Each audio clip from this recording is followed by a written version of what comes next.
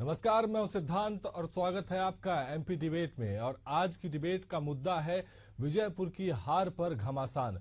तो चलिए आपको पूरा मुद्दा समझा देते हैं, पूरा विषय समझा देते हैं।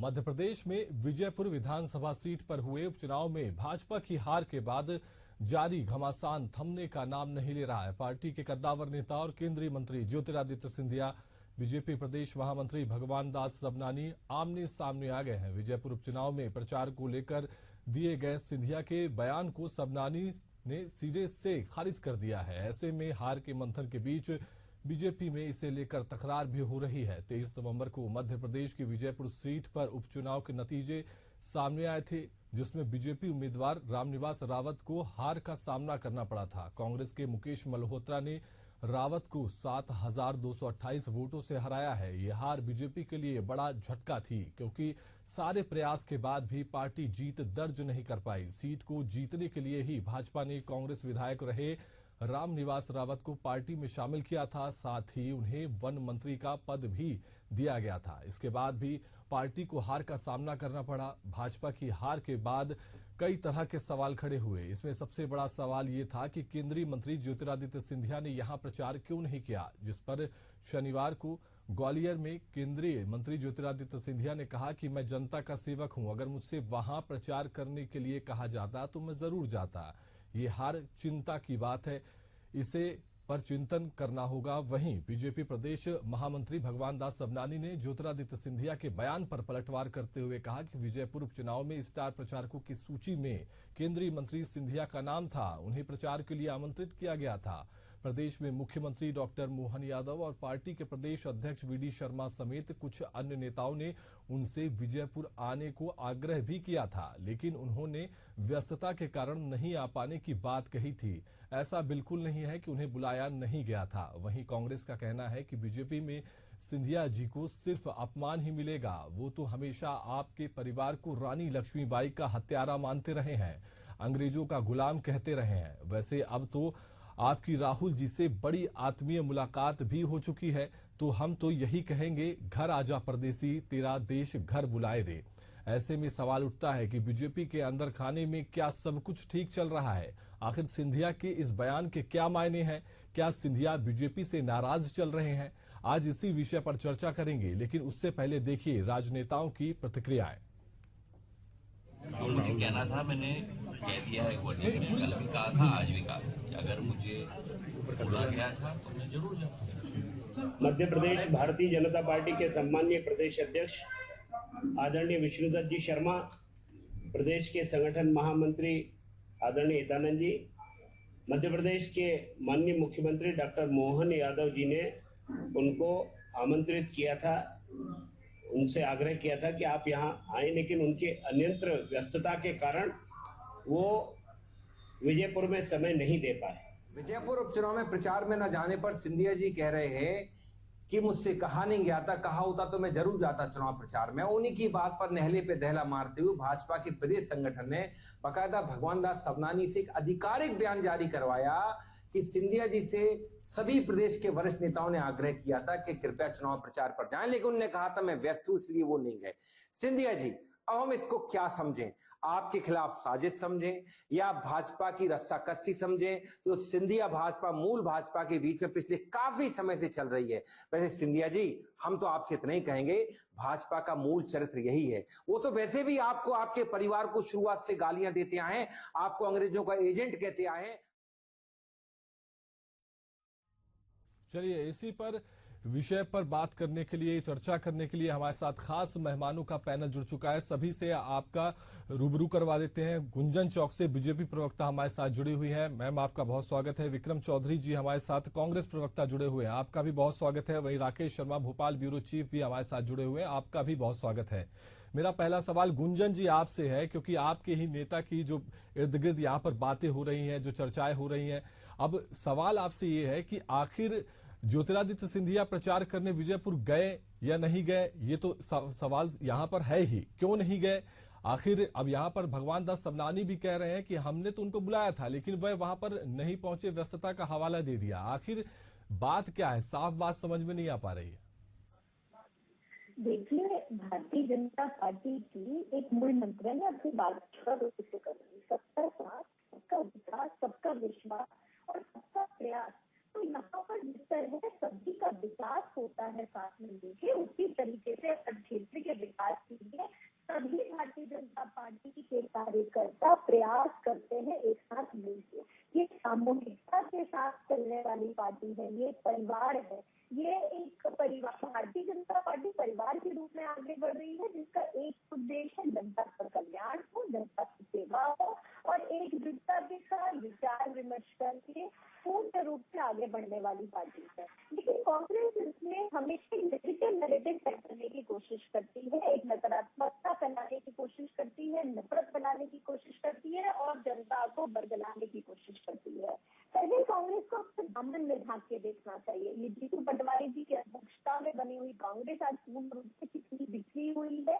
इट्स टोटल फेलियर पार्टी बन के रह गई है। मध्य प्रदेश में अगर मैं बात करूं तो आप देखिए, लाखों के कार्यकर्ताओं ने पलायन किया है किस तरह कांग्रेस से और भारतीय जनता पार्टी का दामन थामा। ये दिखाती है कि किस तरह कांग्रेस के नेता नहीं बचे, वहां पे नीति थी नहीं, कभी नियत इनकी कभी जनता के कल्याण की थी नहीं, चाल इनके पास खाने चरित्र इनका है नहीं, तो चेहरा इनके पास बचा नहीं। तो जो पार्टी अपने आप में पूर्ण रूप से टूटी बिखरी हुई विफल पार्टी है, वो क्या दूसरों पे शासन बनाएगी? ये पहले अपने दामन में झांक के देखें। आप मुझे बताया, अगर उनसे सीट पे कमल खिला है तो उनका जनार्दन ने ये कमल इसलिए खिलाया है क्योंकि भारतीय जनता पार्टी का एक ही लक्ष्य है, वो है विकासवाद, वो है एकजुटता, समानता, सामूहिकता, संस्कार, संस्कृति, धरोहर, विरासत और विकास पे काम करने वाली कोई पार्टी तो भारतीय जनता पार्टी है। तो नेगेटिव नैरेटिव सेट करना, नफरत फैलाना, भ्रष्टाचार करना, परिवारवाद को आगे बढ़ाना, अपने अपने बेटों को बचाना, अगर इससे कोई आगे चलना है तो वो कांग्रेस पार्टी। गुंजन जी, आप शायद सवाल को अच्छे से समझ नहीं पाई। मेरा सवाल ये है कि यहाँ पर भाजपा के ही नेताओं के स्वर आपस में नहीं मिल रहे हैं। ज्योतिरादित्य सिंधिया कह रहे हैं कि उन्हें पार्टी अगर प्रचार के लिए बुलाती विजयपुर सीट पर वो जाते। यहाँ भगवान दास सबनानी कह रहे हैं कि हमने तो उनको बुलाया, वो खुद नहीं पहुंचे और व्यस्तता का हवाला दिया। इस पर क्या आपकी प्रतिक्रिया है, क्योंकि दोनों के जो जवाब है, बयान है, आपस में मेल नहीं खा रहे हैं? नहीं, मैंने आपका सवाल समझा ही, मैंने जवाब भी नहीं दिया। ये परिवार है, परिवार में एक दूसरे से बात करके आगे बढ़ा जाता है और ये परिवार के रूप में अगर इस तरह आप जो नफरत फैलाने का काम कर रही है वो कांग्रेस कर रही है। रही बात इश्यू, तो देखिए बड़ा साफ तौर पर जो 4 प्रत्याशियों की लिस्ट बनी थी उसमें सिंधिया जी का नाम भी था, उन्हें पूरे आदर सम्मान के साथ बुलाया भी गया था। अगर उनकी व्यवस्था थी महाराष्ट्र के इलेक्शन में वो वहाँ व्यस्त है, इसलिए वहाँ पहुंच नहीं पाए। लेकिन इसमें अगर इसको नफरत फैलाना, नेगेटिव नैरेटिव सेट करना, ये कांग्रेस का काम है जिस तक उनके पास बिल्कुल विक्रम जी से जवाब ले लेते हैं। विक्रम जी, वहां पर परेशानियां हैं, आप क्यों चुटकी ले रहे हैं? आखिर आपके हिस्से में ही तो थे पहले ज्योतिरादित्य सिंधिया, आप दूसरे हिस्से में चले गए हैं और आपको क्या परेशानी है? आपको तो फायदा ही हुआ है, विजयपुर की सीट आपने जीत ली है। देखिए, हम चुटकी नहीं ले रहे हैं जी।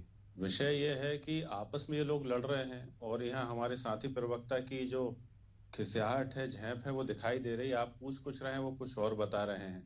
हमारा इस मामले में सीधी टिप्पणी ये है कि भाजपा ने अनेक विषयों और मौकों पर सिंधिया जी को सिरे से नकार दिया है।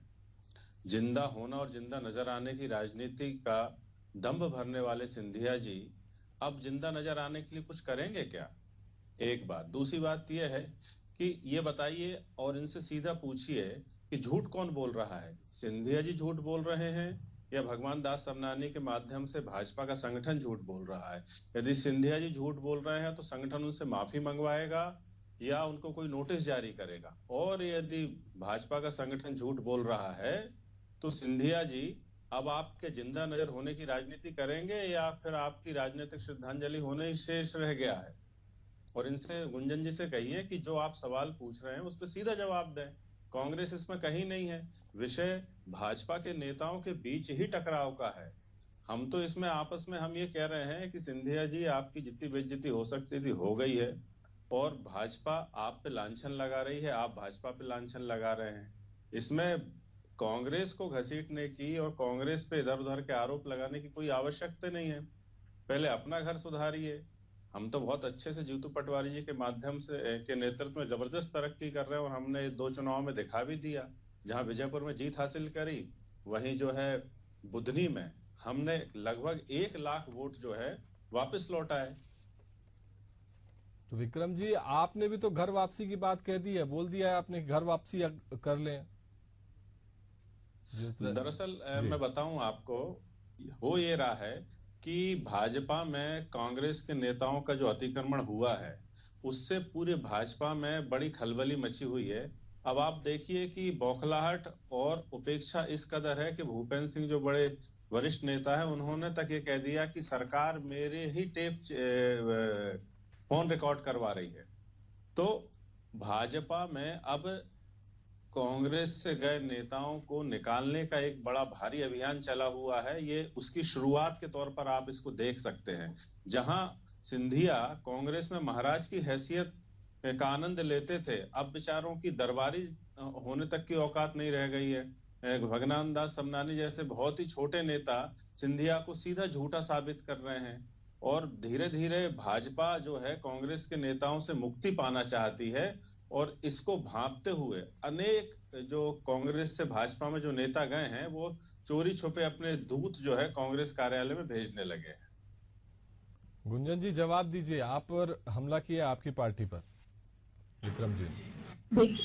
देखिए, कांग्रेस के प्रवक्ता की सोच इसी से दर्शाती है कि जिस तरह उन्होंने सपनानी जी जैसे नेता के लिए जो विधायक हैं, आप उन्हें एक छोटे नेता की उपाधि देने से जो आपने शब्दावली इस्तेमाल की है, मैं इसका सबसे पहले निंदा करती हूँ, खंडन करती हूँ। और आपको ये बताना चाहती हूँ कि यही फर्क है भारतीय जनता पार्टी और कांग्रेस में। भारतीय जनता पार्टी के लिए यहाँ सभी एक रूप में समानता रखते हैं, यहाँ पे सभी कार्यकर्ता भाव से काम करते हैं, अपनी योग्यता अनुसार एक ही निष्ठा सेवा भाव से एक ही लक्ष्य के लिए काम करते हैं, वो है जनता का विकास होना चाहिए।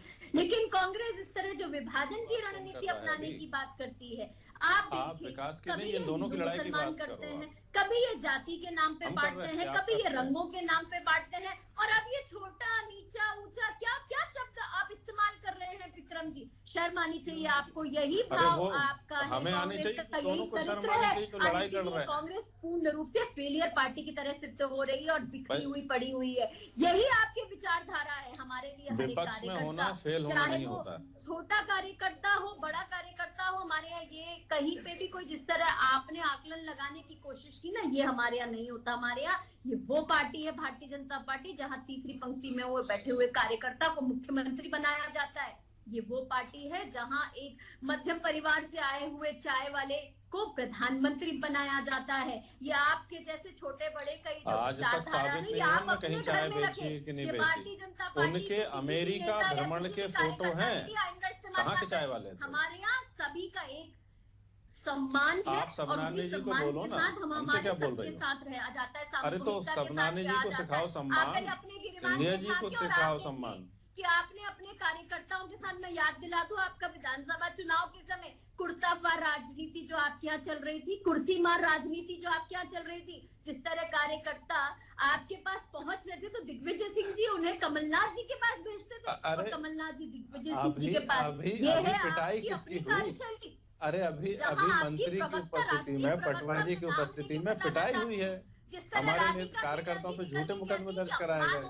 महिलाओं का कांग्रेस वो पार्टी है जहां महिलाओं का अपमान होता है, कांग्रेस वो पार्टी जहां कार्यकर्ताओं का अपमान होता है, कांग्रेस वो पार्टी है जहां जनता जनार्दन का अपमान होता है। यही आपके जीतू पटवारी जी कभी प्रशासनिक अधिकारियों का अपमान करते हैं, कभी महिलाओं का अपमान करते हैं, कभी जिस तरह आप जातियों में बांटने की बात करते हैं, अरे ये बांटना बंद करें। ये भारतीय जनता पार्टी परिवार है।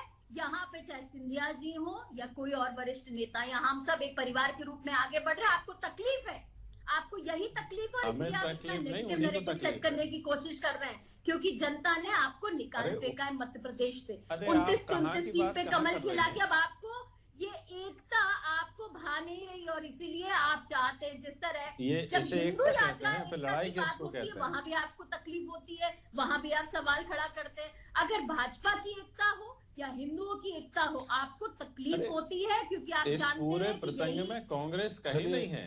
चलिए राकेश, पूरे प्रसंग में कांग्रेस कहाँ है? राकेश जी आपके से भी दोनों नेता सवाल लड़ ले रहे लेते हैं। हैं, राकेश जी से भी सवाल ले लेते हैं। राकेश जी, ज्योतिरादित्य सिंधिया ने कह दिया कि मुझे विजयपुर विधानसभा सीट पर अगर प्रचार के लिए बुलाया जाता तो मैं जाता। वहां पर भगवान दास सबनानी कह रहे हैं कि हमने बुलाया। आखिर यहाँ पर चर्चा का विषय क्या यहाँ पर जो समझने वाली बात है कि पार्टी में ही कुछ हलचल है? क्या ज्योतिरादित्य सिंधिया पार्टी से खुश नहीं है? क्या वजह है जो ऐसे बयान सामने आ रहे हैं? देखिए सिद्धांत, मध्य प्रदेश की राजनीति में केंद्रीय मंत्री ज्योतिरादित्य सिंधिया ने जो बयान दिया वो एक प्रकार से सियासत में भूचाल ला दिया।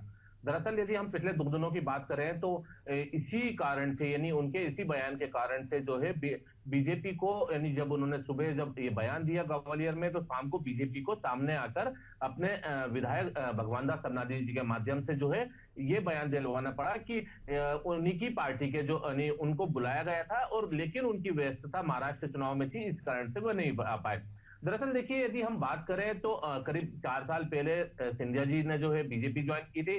समय समय पे उनके बयान भी सामने आते थे कि दूध में जैसे शक्कर घुल जाती है, वैसे वे भी बीजेपी में घुल गए हैं। लेकिन बीजेपी में कभी ये रीति नीति नहीं है कि अंदर की बात को सार्वजनिक रूप से मीडिया के माध्यम से जो है अपनी बात रखना। दरअसल देखिए, यदि विजयपुर उपचुनाव को लेकर हम बात करें तो विजयपुर उपचुनाव में रामनिवास रावत को जिस प्रकार से चुनावी मैदान में उतारा गया था, वो बात समझ में ऐसा आता है कि जब 4 साल पहले जब सिंधिया जी जब कांग्रेस से बीजेपी में आ रहे थे, लेकिन रामनिवास रावत उस दौरान इनके साथ नहीं आए, क्योंकि रामनिवास रावत सिंधिया जी के बड़े खास थे, लेकिन बावजूद उनके वो लगभग 4 साल के बाद आए, तो उनकी हो सकता है कि वो जो नाराजगी थी वो समय देखने को मिली सिद्धांत, और यही कारण रहा कि वो विजयपुर उपचुनाव के बजाय उन्होंने महाराष्ट्र चुनाव के लिए समय दिया। लेकिन उनको इस प्रकार से जो बयान उन्होंने सार्वजनिक रूप से दिया, ये बयान जो है ये बैकफुट पर लेकर आ जाता है, चाहे वो बीजेपी को बैकफुट पर लेकर आ गया। यही कारण रहा कि बीजेपी को अपनी सफाई देनी पड़ी। हालांकि यदि बात की जाए सिद्धांत, तो मध्य प्रदेश की राजनीति में केंद्रीय मंत्री ज्योतिरादित्य सिंधिया का स्थान काफी बड़ा है, काफी ऊंचा भी है, और यही कारण है कि वो स्टार प्रचारकों की सूची में भी शामिल थे। लेकिन उसके बावजूद उनका विजयपुर उपचुनाव में नहीं जाना, ये एक सवाल भी खड़ा होता है। और यही के उपचुनाव में नहीं जाने को और जिस प्रकार से उनके द्वारा जो बयान दिए गए, उन दोनों ने इस प्रकार का माहौल बना दिया कि कांग्रेस को सामने आके ये बात रखना पड़ी कि आपका वहां मान सम्मान नहीं हो रहा है। क्योंकि जब कांग्रेस में सिंधिया जी थे, हमने देखा है कि उनका किस प्रकार से मान सम्मान होता था, चाहे कमलनाथ हो, दिग्विजय सिंह हो, उसका सिंधिया का ही नंबर आता था। लेकिन अब बात की जाए तो चूंकि जिस प्रकार से उन्होंने बयान देके क्या जताने की कोशिश करी है, ये देखिए, ये सियासत में हमेशा सवाल उठते रहे हैं। लेकिन अब हम बात करें कि उन्होंने ये बयान क्यों दिया, क्या रामनिवास रावत से उनकी नाराजगी थी, क्या बीजेपी में सब कुछ अंदर सही नहीं चल रहा है जो उन्होंने इस तरह से बयान दी, क्या गवाले चंबल संभाग की राजनीति कुछ अलग मायने निकाल रही है, ये तमाम सवाल आते हैं। जी सिद्धांत। जी विक्रम जी, आप कुछ कहना चाह रहे थे, बोलिए। हमारी बात को बहुत अच्छे से आपके विशेषज्ञ ने समझा दिया। आशा करता हूं कि आप भाजपा की प्रवक्ता को और पूरी भाजपा को ये बात समझ में आ गई होगी। पहली बात यह है कि हम इस मामले में अपनी तरफ से नहीं आए हैं।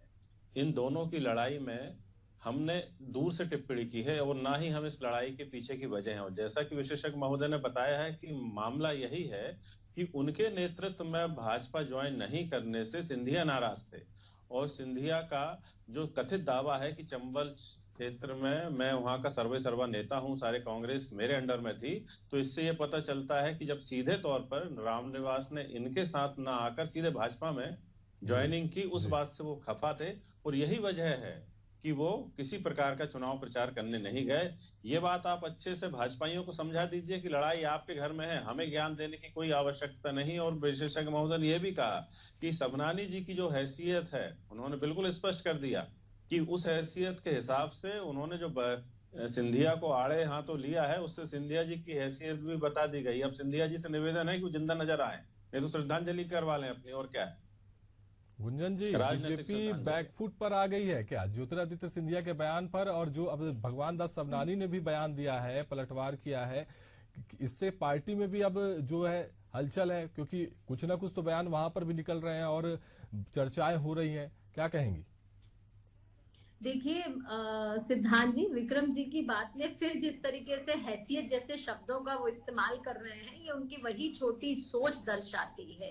ये आपके कांग्रेस पार्टी में चलता होगा, हैसियत और अरे आपकी जिस तरह मैंने पहले बात बोला, हम सब एक ही है। भारतीय जनता पार्टी के हर एक कार्यकर्ता का वही सम्मान है। ये आप क्या चलता होगा ऊंच नीच, और तभी आज कांग्रेस की यही हालत है। आज कांग्रेस जिस तरह खत्म हो रखी पार्टी है मध्य प्रदेश से, तो जिस तरह बाकी राज्यों में भी धीरे धीरे आपका सफाया होने वाला है। आपकी इसी सोच जनता जनार्दन अब देख रही है ना। आपको हमारे देश की हिंदू संस्कृति का ख्याल है, न सनातन का ख्याल है, न विरासत का ख्याल है, न धरोहर का ख्याल है। आपको विकास का कोई लेना देना नहीं है। तब आप जो अपने दामन में छाप के देखिए, उसके बाद किसी और पार्टी पे या किसी और व्यक्ति विशेष पे आप टिप्पणी करें, मैं आपकी फिर निंदा करती हूँ और मैं आपको फिर रोकना चाहती हूँ कि अगली बार अगर आप हमारे किसी भी नेता या किसी भी कार्यकर्ता के लिए टिप्पणी करें तो अपनी भाषा की मर्यादा को ध्यान में रख के करें। अब दूसरी बात सिद्धांत जी, आपने जो पूछा क्या पार्टी बैकफुट पे आ गई है या हलचल है, तो ये पूर्ण रूप से मैं इस पूरे बात पे भी खंडन करती हूँ, क्योंकि हलचल अगर पार्टी में है तो वो एक ही बात की है कि किस तरह मध्य प्रदेश का विकास हो। हलचल अगर इस पार्टी में है तो वो इसी बात की है कि किस तरह विकसित राष्ट्र 2047 का जो संकल्प नरेंद्र मोदी जी लेके चल रहे हैं उसको किस तरह पूरा किया जाए। उसमें भारतीय जनता पार्टी विजयपुर का भी विकास होगा, क्या योगदान हो। और हाँ, रही बात विजयपुर की, तो वहां पे भी विचार विमर्श चल रहा है। वहां पे जो कमी पेशी है उस पे भी मंथन हो रहा है। लेकिन इसमें ये वही पार्टी है जहां सब एकता से, सामूहिकता से विचार विमर्श करके रीति नीति के तहत आगे बढ़ते हैं और लक्ष्य एक ही होता है, जनता का विकास। विक्रम जी, अंतिम कमेंट।